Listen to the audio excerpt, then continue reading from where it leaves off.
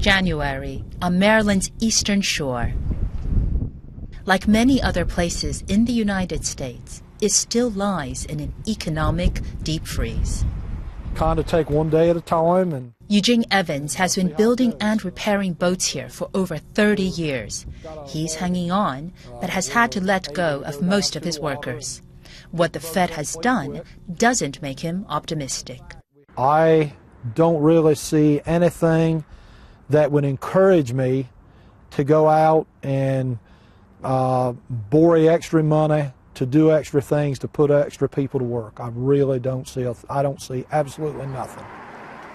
The small town of Crisfield has everything we've come to expect since the financial crisis. High unemployment, lots of home foreclosures, an empty Main Street. But things have been bad here for a long time.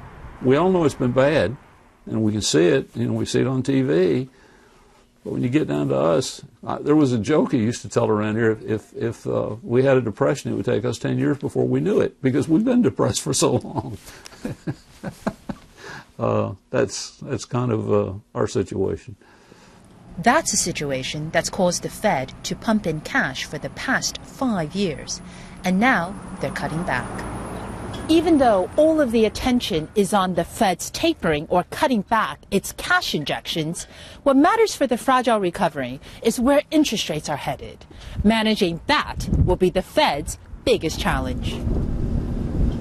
If rates start to rise, people who are struggling could struggle more, and the recovery could be over just as it's begun. For the world economy, the Federal Reserve's actions are watched like no other, especially in emerging markets such as Indonesia, which are especially vulnerable, fragile.